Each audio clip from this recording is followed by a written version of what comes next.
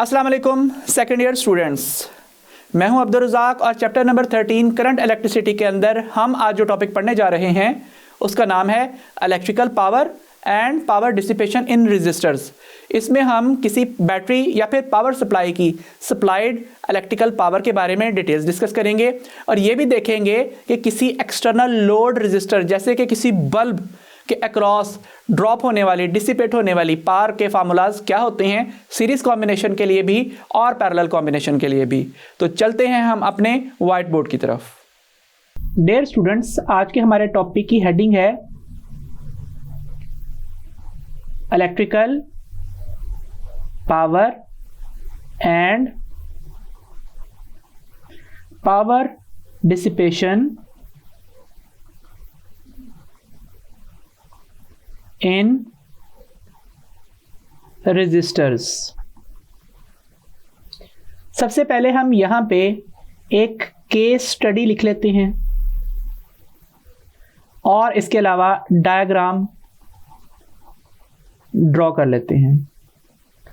सबसे पहले हमने यहां पे बताना है कि हम एक बैटरी कंसीडर कर रहे हैं जिसको बुक ने ई का नाम दिया है।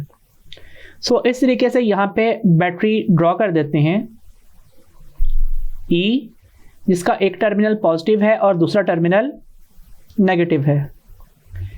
ये बैटरी सीरीज में कनेक्टेड है किसके साथ? एक रेजिस्टर के साथ।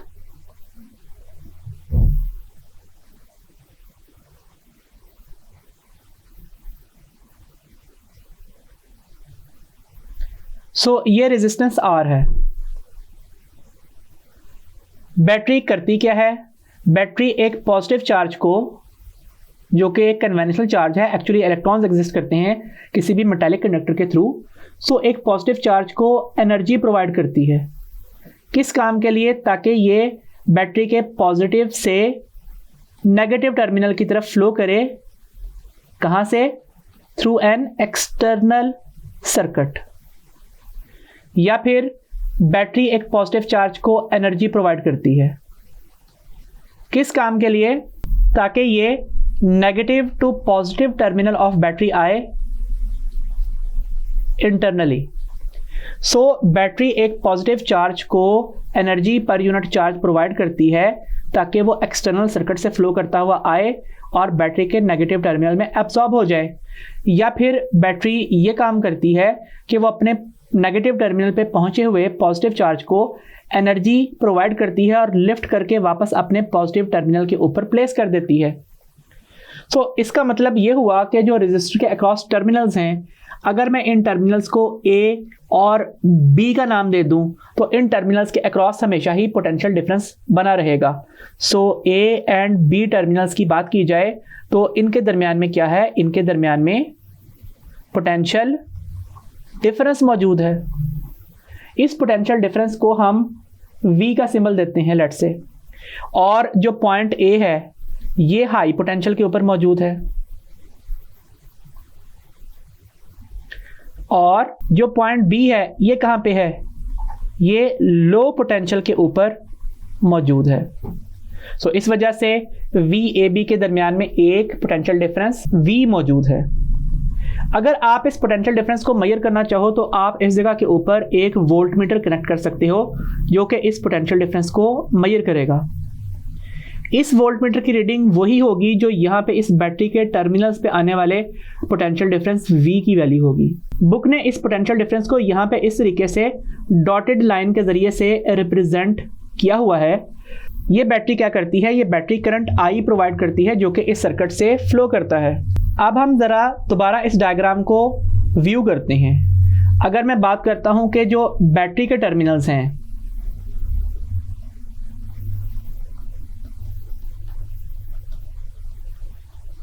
उसके अक्रॉस आने वाला जो पोटेंशियल डिफरेंस V है, तो V क्या है?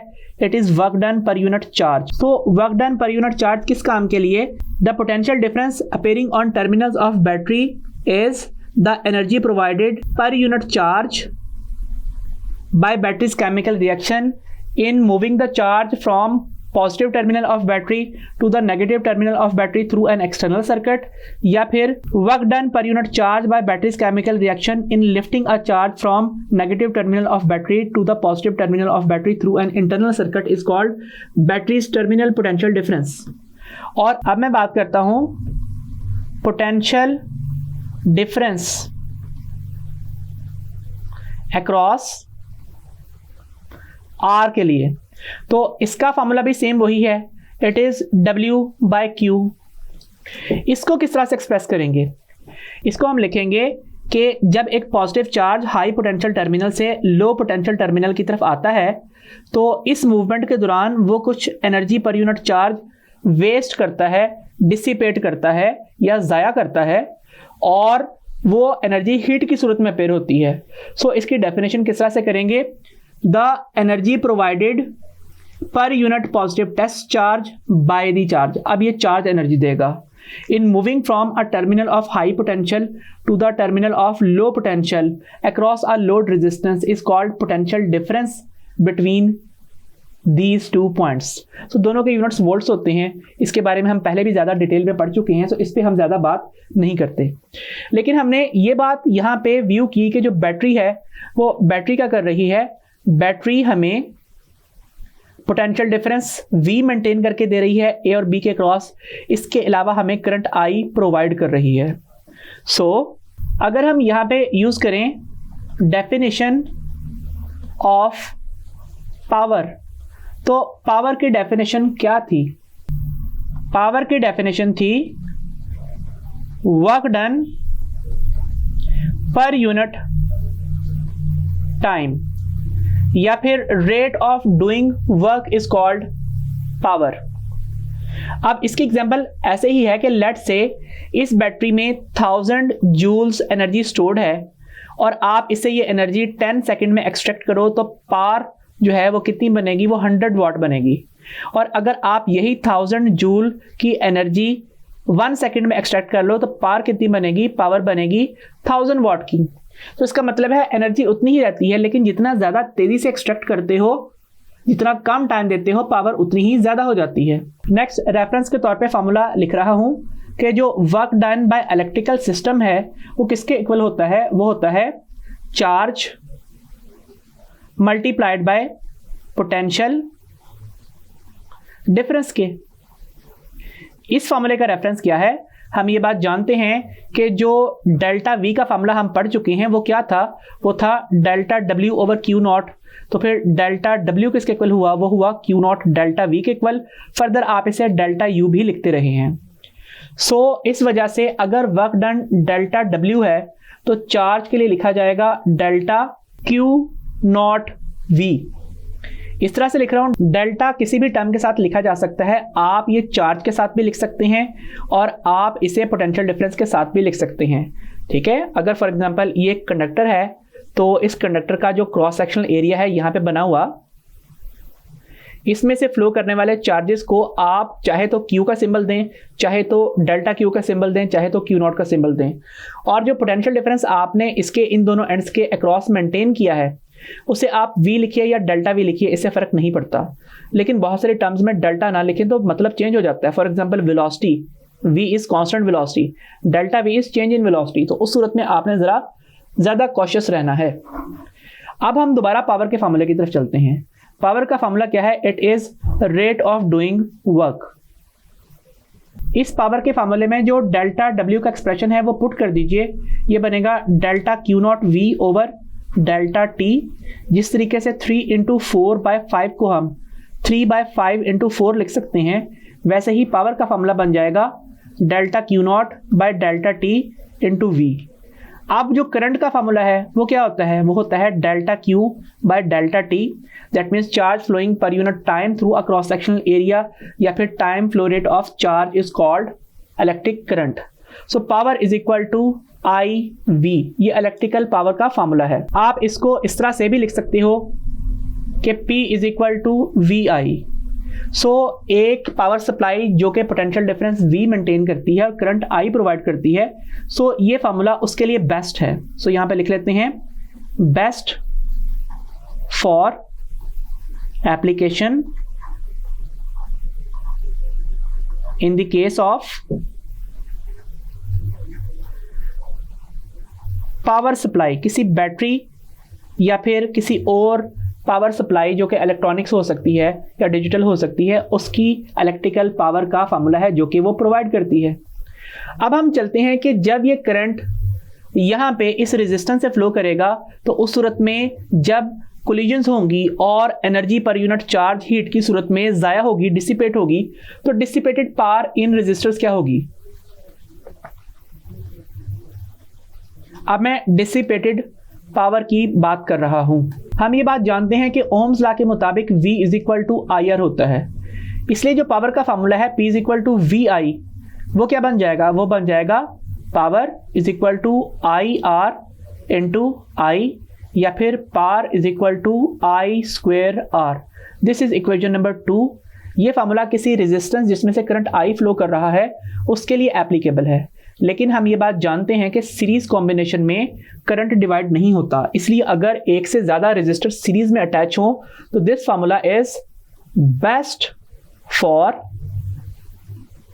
Series combination of resistors. ये रेजिस्टर के सीरीज कॉम्बिनेशन में अप्लाई होने के लिए बेस्ट है। इसके बाद अगर हम दोबारा से इक्वेशन नंबर 1 लिखें, P is equal to V I, this is equation number 1, और हम कहें कि चूंकि ohm's law V is equal to I R होता है, so I V over R के इक्वल होगा। सो इक्वेशन 1 क्या बन जाएगी? ये बन जाएगी P is equal to V times V over R, या फिर power is equal to V square over R। अब ये फार्मूला पावर का किसी रेजिस्टर के अक्रॉस डिसिपेट होने वाली या ज़ाया होने वाली पावर के लिए है, जब आपको उस रेजिस्टर के अक्रॉस आने वाला पोटेंशियल डिफरेंस और उस रेजिस्टर की रेजिस्टेंस की वैल्यू पता हो। लेकिन ये फार्मूला बेस्ट एप्लीकेबल किसके लिए है? Best applicable for parallel combination of resistors. ठीक है जी, क्योंकि किसी भी पैरेलल कॉम्बिनेशन में करंट डिवाइड होता है, पोटेंशियल डिफरेंस डिवाइड नहीं होता, वो सेम रहता है। इसलिए आप इस फार्मूले को किसके लिए इस्तेमाल कर सकते हैं? पैरेलल कॉम्बिनेशन ऑफ रेजिस्टेंस के लिए इस्तेमाल कर सकते हैं। जबकि सीरीज कॉम्बिनेशन में चूंकि पोटेंशियल चेंज हो जाता है हर कंपोनेंट के अक्रॉस, तो आप ये फार्मूला आसानी से यूज नहीं कर पाएंगे। सो ये जो तीनों फार्मूलाज मैंने डिस्कस किए हैं, P is equal to V I, जिसके लिए मैंने कहा कि ये बेस्ट एप्लीकेबल है पावर सप्लाई के लिए, ये एप्लीकेबल है किसके लिए? सीरीज कॉम्बिनेशन ऑफ रेजिस्टेंसेस के लिए, और ये बेस्ट एप्लीकेबल है किसके लिए? ये बेस्ट एप्लीकेबल है पैरेलल कॉम्बिनेशन ऑफ रेजिस्टर्स के लिए। लेकिन ये कोई हार्ड एंड फास्ट रूल नहीं है। अगर आपको किसी भी रेजिस्टर के अक्रॉस भी पोटेंशियल डिफरेंस और करंट गिवन है तो आप यहां से उसकी पावर फाइंड कर सकते हैं। ठीक है, ऐसे ही किसी रेजिस्टेंस के सीरीज कॉम्बिनेशन में आपको किसी एक रेजिस्टर के अक्रॉस पोटेंशियल डिफरेंस और रेजिस्टेंस की वैल्यू पता है तो आप उस एक रेजिस्टर के अक्रॉस पावर इस फॉर्मूले से भी फाइंड कर सकते हैं। ऐसे ही अगर आपको किसी पैरेलल कॉम्बिनेशन में एक रेजिस्टर से गुजरते हुए करंट की वैल्यू पता हो और उस रेजिस्टर की रेजिस्टेंस पता हो तो भी आप पावर फाइंड आउट कर सकते हैं। जो मैंने बेस्ट की बात की है वो क्या है कि आप सीरीज में सबसे बेस्ट ये है कि कॉम्बिनेशन के लिए ये फार्मूला यूज कर लें, पैरेलल कॉम्बिनेशन के लिए ये, या फिर पावर सप्लाई के लिए ये फार्मूला यूज कर लें। अब हम चलते हैं अपने आज के टॉपिक से रिलेटेड एमसीक्यूज प्रैक्टिस की तरफ। अब हम यहाँ पे इसके यूनिट्स की बात कर लेते हैं। हमने जो पावर का फार्मूला लिखा है P is equal to V I, power का यूनिट क्या होता है? SI, ये होता है वॉट्स के इक्वल, और पोटेंशियल डिफरेंस का वो होता है वोल्ट और करंट का एम्पेयर। सो हम ये बात कह सकते हैं कि अगर एक पावर सप्लाई 1 वोल्ट के पोटेंशियल डिफरेंस को मेंटेन रखते हुए किसी सर्किट में 1 एम्पेयर करंट प्रोवाइड करती है तो वो जो पावर डिलीवर कर रही है वो 1 वॉट है। So if a battery maintains a potential difference of 1 volt across a load and it provides a steady current of 1 ampere, then power delivered by the battery is 1 watt. So जो watt है वो volt और ampere के multiple के equal होता है। इसी तरीके से नेक्स्ट फार्मूला है P is equal to I square R. इससे हमें पता चलता है कि watt ampere square times resistance ohm के इक्वल है। सो एम्पेयर स्क्वेयर और ओहम मल्टीप्लाई होके भी वॉट के इक्वल होते हैं। और इसके अलावा जो थर्ड फार्मूला है P is equal to V square over R, इससे पता चलता है कि watt volt square over ohm के भी इक्वल है। दैट मीन्स आप इसे वोल्ट स्क्वायर पर ओहम लिख सकते हो। और ये बात हम जानते हैं कि चूंकि power rate of doing work है, इसलिए बेसिक डेफिनेशन के मुताबिक जूल पर सेकंड जो है वो वॉट के इक्वल होता है। जूल न्यूटन मीटर है और न्यूटन किलोग्राम मीटर पर सेकंड स्क्वायर है। तो इस हिसाब से जो पावर के बेस यूनिट्स हैं वो किलोग्राम मीटर स्क्वायर पर सेकंड क्यूब बनते हैं, और जो पावर के डायमेंशंस हैं वो क्या बनेंगी, वो बनेंगी M L square T minus 3। ठीक है जी। सो ये आप किसी भी फार्मूले से ड्राइव आउट कर लें, यूनिट्स और डायमेंशंस यही आने हैं जो यहाँ पे बता दिए गए हैं। अब हम चलते हैं अपने आज के टॉपिक से रिलेटेड एमसीक्यूज की प्रैक्टिस की तरफ। आज का हमारा पहला एमसीक्यू है, a battery of potential difference 12 volt supplies a current of 5 milli ampere, what is its power output. So power का फार्मूला इस केस में VI होता है। V की वैल्यू 12 वोल्ट है और करंट कितना है, इट इज 5 मिली एम्पियर्स। सो इस तरह से लिख लिया जाए। सो 12 5s are 60 और 10⁻³ वोल्ट एम्पेयर, और वोल्ट एम्पेयर किसके बराबर होता है, वो वॉट के इक्वल होता है, अभी हमने पढ़ा। तो 60 × 10⁻³ वॉट्स या फिर 60 milliwatts. So this is option D. Next question है, a tiny generator has power output of 30 watt. So power is 30 watt, what must be the output power in kVA। So हम ये बात जानते हैं कि power जो what है वो वोल्ट एम्पेयर के इक्वल होती है, और अगर आपको चाहिए किलोवाट तो आपने क्या करना है, 10⁻0 जो कि 1 होता है उससे मल्टीप्लाई कर दें। आप किसी भी इक्वेशन में किसी भी टर्म को 1 से खुद से मल्टीप्लाई कर सकते हैं। आपको चूंकि किलो चाहिए, किलो का मतलब 3 होता है, तो 0 की जगह पे -3 + 3 लिख लें, ये भी ऐड होकर 0 ही बनते हैं, हमने कोई इक्वेशन में तब्दीली नहीं की। So power is 30 × 10⁻³ × 10⁻³ volt ampere. So answer is power is equal to 30 × 10⁻³ kVA. So that is option A. Next question है, 100 tiny bulbs each of resistance 2 ohm in a series combination. That means इस case में equivalent resistance क्या आएगी, वो आएगी 100 times R, that means 100 times 2, that means 200 ohms. In a series combination are attached with a power supply. The combination is drawing 50 watts of power. So जो power draw हो रही है वो है 50 watt through the supply. What must be power of each tiny bulb?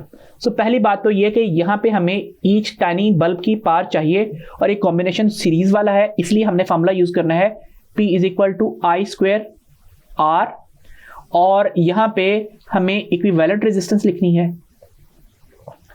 So I² किसके equal आएगा, वो आएगा P equivalent over R equivalent. That means I² =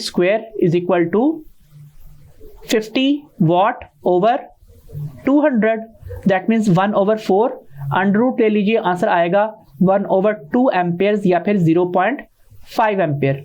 सो ये करंट हर कंपोनेंट से गुजर रहा है, सीरीज कॉम्बिनेशन है तो करंट सेम है तमाम रेजिस्टर्स के अक्रॉस। तो अब अगर आप किसी एक कंपोनेंट के अक्रॉस पावर फाइंड आउट करना चाहते हैं तो उसके लिए उस कंपोनेंट की वैल्यूज पुट कीजिए। सो बनेगा P1 = 1/2 का स्क्वायर, और साथ रेजिस्टेंस की वैल्यू मल्टीप्लाई होगी 2 ohms। सो यूनिट्स फिलहाल मैं नहीं लिख रहा, ये बनेगा 1/4 × 2, दैट मीन्स 1/2 वॉट या फिर 0.5 वॉट। वो हम यहां से भी गैस कर सकते हैं कि अगर 50 वॉट की पावर 100 बल्ब्स में डिवाइड होगी तो एक बल्ब के हिस्से में 0.5 वॉट या हाफ वॉट पावर ही आएगी। इसके बाद जो नेक्स्ट क्वेश्चन है उसमें क्या है, 100 tiny bulbs each of resistance 2 ohm in a parallel combination are attached with a power supply.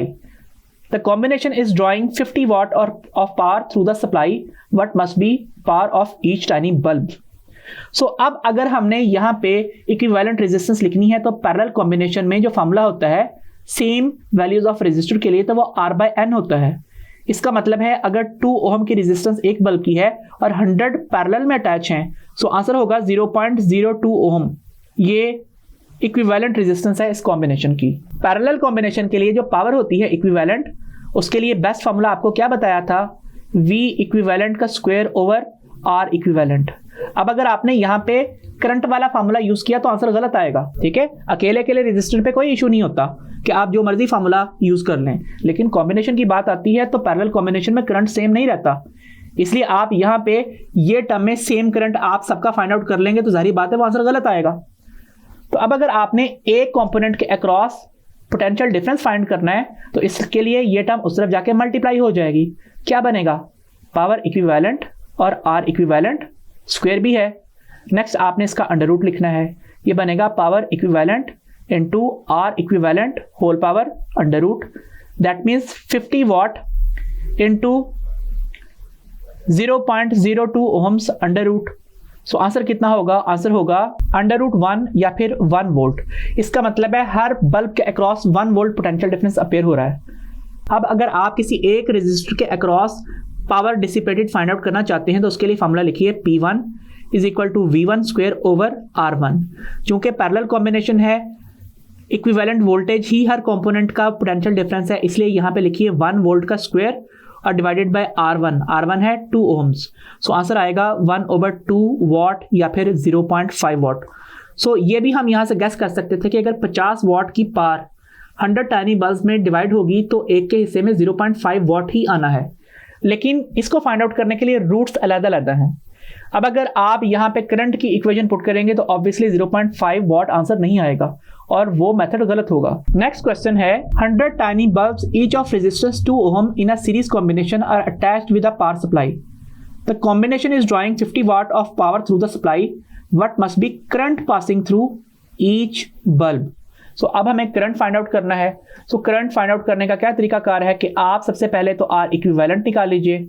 Are equivalent क्या आएगी? वो आएगी एन टाइम्स आर, क्योंकि सेम है तो 100 इंटू 2 ओहम्स आंसर होगा 200 ओहम।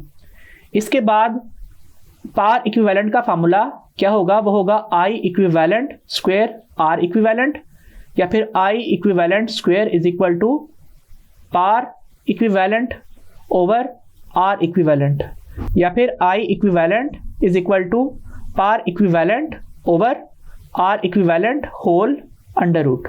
सो वैल्यू सब्स्टिट्यूट कीजिए। पावर है 50 और इक्विवेलेंट वैल्यू है 200। सो आंसर होगा 1/4 का अंडर रूट या फिर 1/2 एम्पियर्स या फिर 0.5 amperes, that is option B. Next MCQ है 100 tiny bulbs each of resistance 2 ohm in a series combination are attached with the power supply. The combination is drawing 50 watt of power through the supply, what must be the current drawn from the power supply। so चूंकि series combination है, जितना current battery ने provide करना है वो equivalent होना है, वही I1 के क्रॉस होना है, वही I2 के क्रॉस होना है, और चलते चलते वही किसके इक्वल होना है?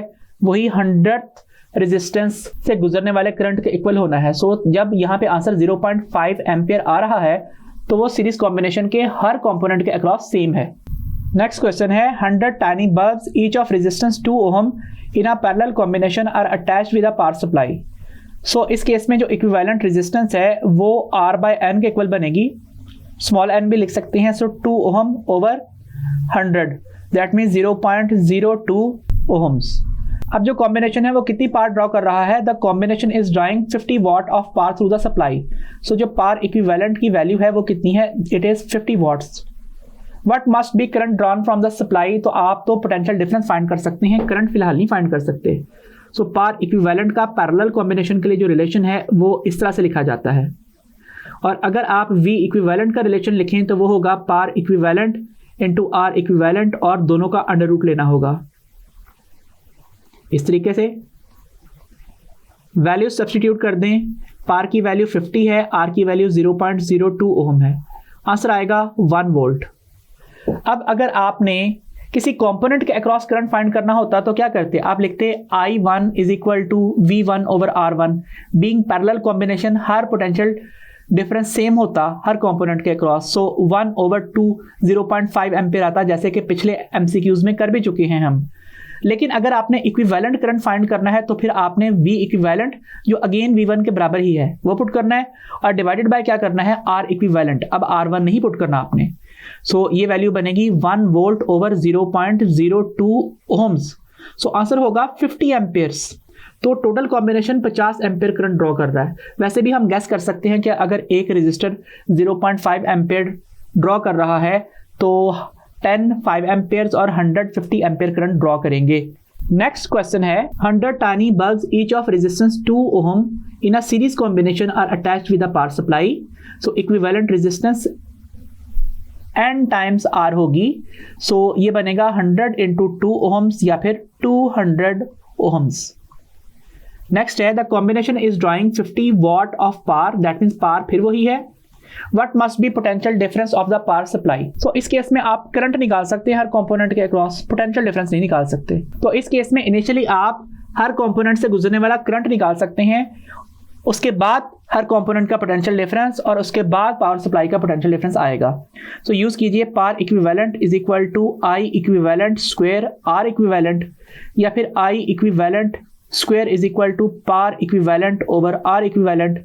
ये बन जाएगा I equivalent is equal to power equivalent divided by R equivalent और whole under root. Value substitute कीजिए। इक्विवेलेंट करंट कितना है, वो है 50 over 200, दैट मीन्स 1/4 का अंडर रूट या फिर 1/2 एम्पेयर्स। 0.5 एम्पेयर टोटल करंट है यहाँ पे। अब अगर आपको एक कंपोनेंट के अक्रॉस पोटेंशियल डिफरेंस फाइंड करना है तो आपने क्या लिखना है, I1 R1। करंट तो सेम है बीइंग सीरीज कॉम्बिनेशन। सो एक कंपोनेंट के अक्रॉस अपेयर होने वाला जो पोटेंशियल ड्रॉप है वो क्या होगा, वो होगा 1/2 ampere times 2 ohms. So answer आएगा 1 वोल्ट। सो अब आप गैस कर सकते हैं कि 100 के अगेंस्ट कितना होगा, 100 वोल्ट। ये बात हम मैथमेटिकली भी देख लेते हैं कि अगर V इक्विवेलेंट हो तो I equivalent into R equivalent होना चाहिए। सो इसलिए जो इक्विवेलेंट करंट है सीरीज कॉम्बिनेशन का 1/2 एम्पेयर, उसको आप टोटल जो रेजिस्टेंस है 200 ओहम उससे मल्टीप्लाई कर दें, आंसर आएगा 100 volt, that is option D. Next question क्या है, 100 tiny bulbs each of resistance 2 ohm in a parallel combination are attached with a power supply. The combination is drawing 50 watt of power through the supply.